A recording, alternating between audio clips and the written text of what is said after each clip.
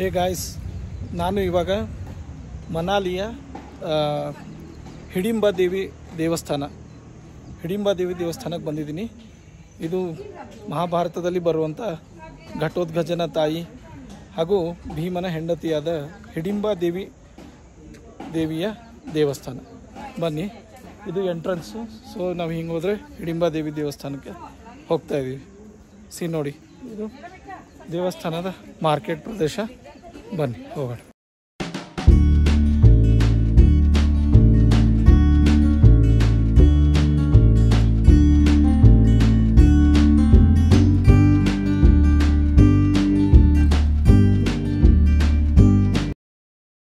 ಇನ್ನು ಸ್ಥಳೀಯ ಭಾಷೆಯಲ್ಲಿ ಈ ದೇವಸ್ಥಾನವನ್ನು ಧುಂಗಾರಿ ದೇವಸ್ಥಾನ ಅಂತ ಕರೆಯುತ್ತಾರೆ. ಈ ದೇವಾಲಯವು ಹಿಮಾಲಯದ ತಪ್ಪಲಿನಲ್ಲಿರುವ ಧುಂಗಿರಿ ವನವಿಹಾರ್ ಎಂಬ ದೇವದಾರು ವನಗಳಿಂದ ಆವೃತ್ತವಾಗಿದೆ. ಹಾಗಾಗಿ ಈ ದೇವಸ್ಥಾನಕ್ಕೆ ಧುಂಗಿರಿ ಅಂತ ಇಲ್ಲಿನ ಸ್ಥಳೀಯ ಭಾಷೆಯಲ್ಲಿ ಕರೆಯುತ್ತಾರೆ. ಅಲ್ಲಿ ಕಾಣಿಸ್ತಾ ಇದೆಯಲ್ಲ, ಅದೇ ದೇವಸ್ಥಾನ.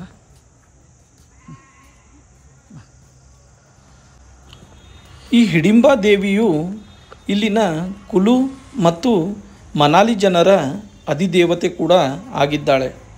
ಹೇಗೆ ಕಲ್ಕತ್ತಾ, ಪಶ್ಚಿಮ ಬಂಗಾಳದಲ್ಲಿ ನವರಾತ್ರಿಯ ಸಮಯದಲ್ಲಿ ದುರ್ಗಾದೇವಿಯನ್ನು ಹೇಗೆ ವಿಜೃಂಭಣೆಯಿಂದ ಆಚರಿಸ್ತಾರೋ ಅದೇ ರೀತಿ ಇಲ್ಲಿ ನವರಾತ್ರಿಯ ಸಂದರ್ಭದಲ್ಲಿ ಈ ದೇವಿಯ ಜಾತ್ರೆಯನ್ನು ವಿಜೃಂಭಣೆಯಿಂದ ಮಾಡುತ್ತಾರೆ ಮತ್ತು ಆಚರಿಸುತ್ತಾರೆ ಕೂಡ. ವೀಕ್ಷಕರೇ,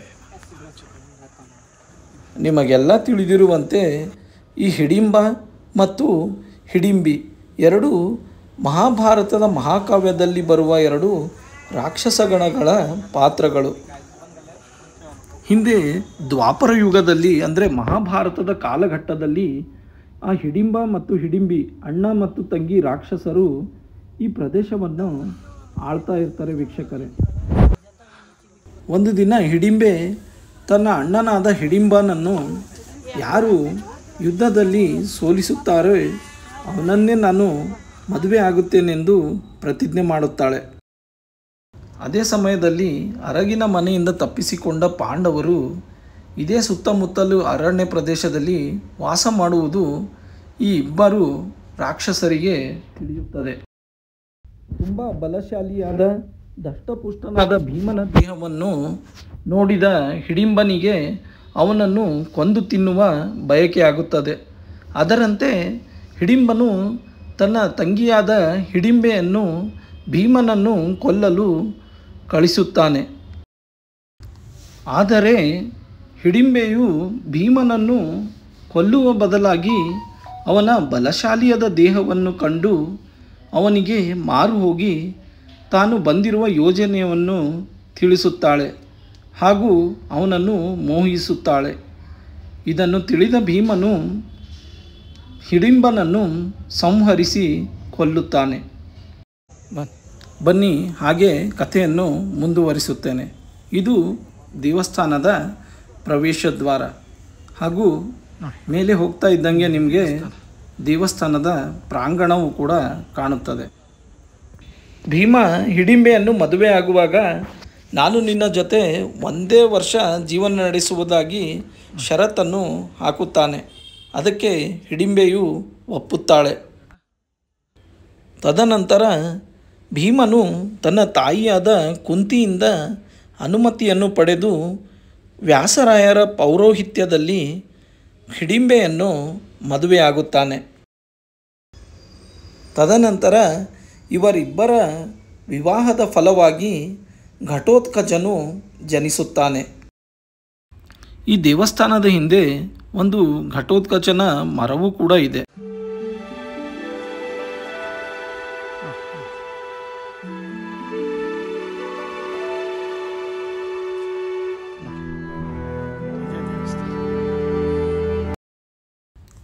ಘಟೋತ್ಕಚನ ಜನನದ ನಂತರ 1 ವರ್ಷದ ನಂತರ ಷರತ್ತಿನ ಪ್ರಕಾರ ಭೀಮನು ತನ್ನ ಊರಿಗೆ ಹಿಂದಿರುಗುತ್ತಾನೆ.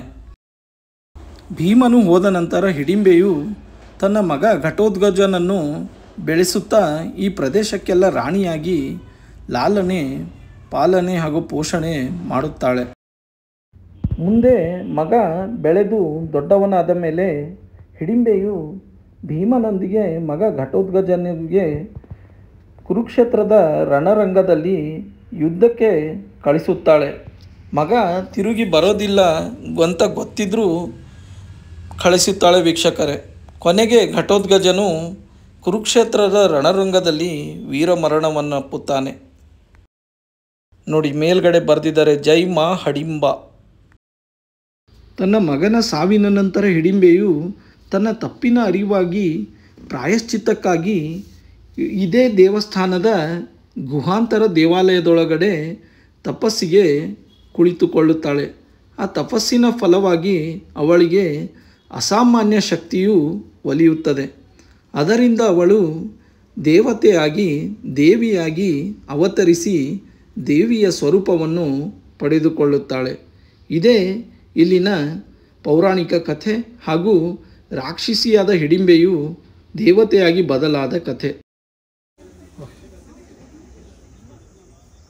ಒಳಗಡೆ ಫೋಟೋಗ್ರಫಿ ಅಲೌಡ್ ಇಲ್ಲ, ಸೊ ಇಲ್ಲಿಂದನೇ ಒಳಗಡೆ ಹೋಗ್ತೀವಿ. ನೋಡಿ ಹೆಂಗಿದೆ ಒಳಗಡೆ.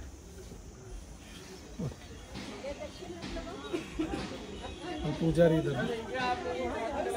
ಆ್ಯಕ್ಚುಲಿ ಒಳಗಡೆ ಫೋಟೋಗ್ರಫಿ ಅಲೌಡ್ ಇಲ್ಲ, ಸೊ ಹಾಗಾಗಿ ದೂರಿಂದನೇ ತೋರಿಸೋ ಪ್ರಯತ್ನ ಮಾಡ್ತಾಯಿದ್ದೀನಿ.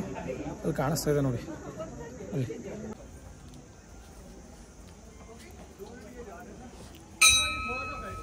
ನೋಡಿ ಇದೇ ದೇವಸ್ಥಾನ. ಇಲ್ಲಿ ಕಾಣಿಸ್ತಾ ಇದೆಯಲ್ಲ ಪಾದಕ್ಕೆ, ಅದೇ ಹಿಡಿಂಬಾ ದೇವಿ ದೇವಸ್ಥಾನ. ಅಲ್ಲಿ ಕಾಣಿಸ್ತಾ ಇದೆಯಲ್ಲ ಅದೇ ಹಿಡಿಂಬಾ ಮಾತಾ ಮಂದಿರ, ಅದೇ ದೇವಸ್ಥಾನ.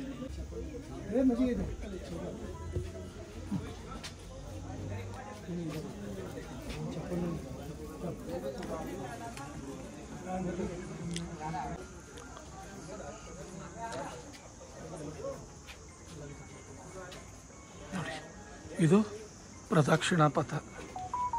ನೋಡಿ ಹೆಂಗಿದೆ ದೇವಸ್ಥಾನ ಸ್ಟ್ರಕ್ಚರ್. ಬನ್ನಿ.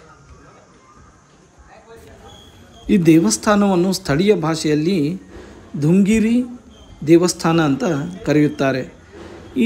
ಈಗ ದಕ್ಷಿಣ ಭಾರತದಲ್ಲಿ ದ್ರಾವಿಡ ಶೈಲಿ, ಉತ್ತರ ಭಾರತದಲ್ಲಿ ನಾಗರ ಶೈಲಿ, ಅದೇ ರೀತಿ ಈ ದೇವಸ್ಥಾನವು ಪಗೋಡಾ ಸ್ಟೈಲ್ ಆರ್ಕಿಟೆಕ್ಚರ್ನಲ್ಲಿ ಕಟ್ಟಲಾಗಿದೆ. ಮೊದಲು ಈ ದೇವಸ್ಥಾನವು ಕಟ್ಟುವುದಕ್ಕೆ ಮುಂಚೆ ಈ ದೇವಸ್ಥಾನದ ಮೂಲವು ಒಂದು ಗುಹೆಯ ರೂಪದಲ್ಲಿ ಇತ್ತು. ನೀವು ಒಳಗಡೆ ನೋಡಿದ್ರಲ್ಲ, ಗುಹೆ ಇತ್ತು. ನಂತರ 1553ರಲ್ಲಿ ಕುಲುವಿನ ರಾಜ ಬಹದ್ದೂರ್ ಸಿಂಗ್ ಅವರು ಈ ದೇವಸ್ಥಾನವನ್ನು ನಿರ್ಮಿಸಿದರು. ನೋಡಿ ಈ ಪಾರ್ಕ್.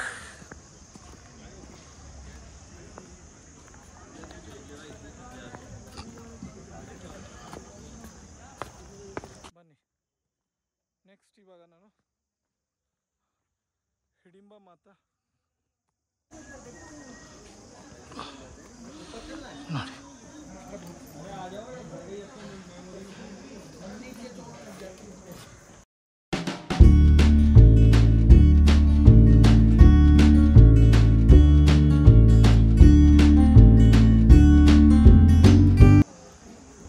ನಿಮಗೇನಾದರೂ ಈ ದೇವಸ್ಥಾನದ ಪೌರಾಣಿಕ ಇತಿಹಾಸ ತಿಳ್ಕೋಬೇಕು ಅಂತ ಇಷ್ಟ ಇದ್ದರೆ ಇಲ್ಲಿ ಹಿಂದಿ ಮತ್ತು ಇಂಗ್ಲೀಷ್ ಎರಡರಲ್ಲೂ ಬೋರ್ಡ್ ಹಾಕಿದ್ದಾರೆ. ಅದನ್ನು ನೀವು ಟ್ರಾನ್ಸ್ಲೇಟ್ ಮಾಡಿ ನಿಮ್ಮ ಭಾಷೆಯಲ್ಲಿ ಅರ್ಥ ಮಾಡ್ಕೋಬೇಕು.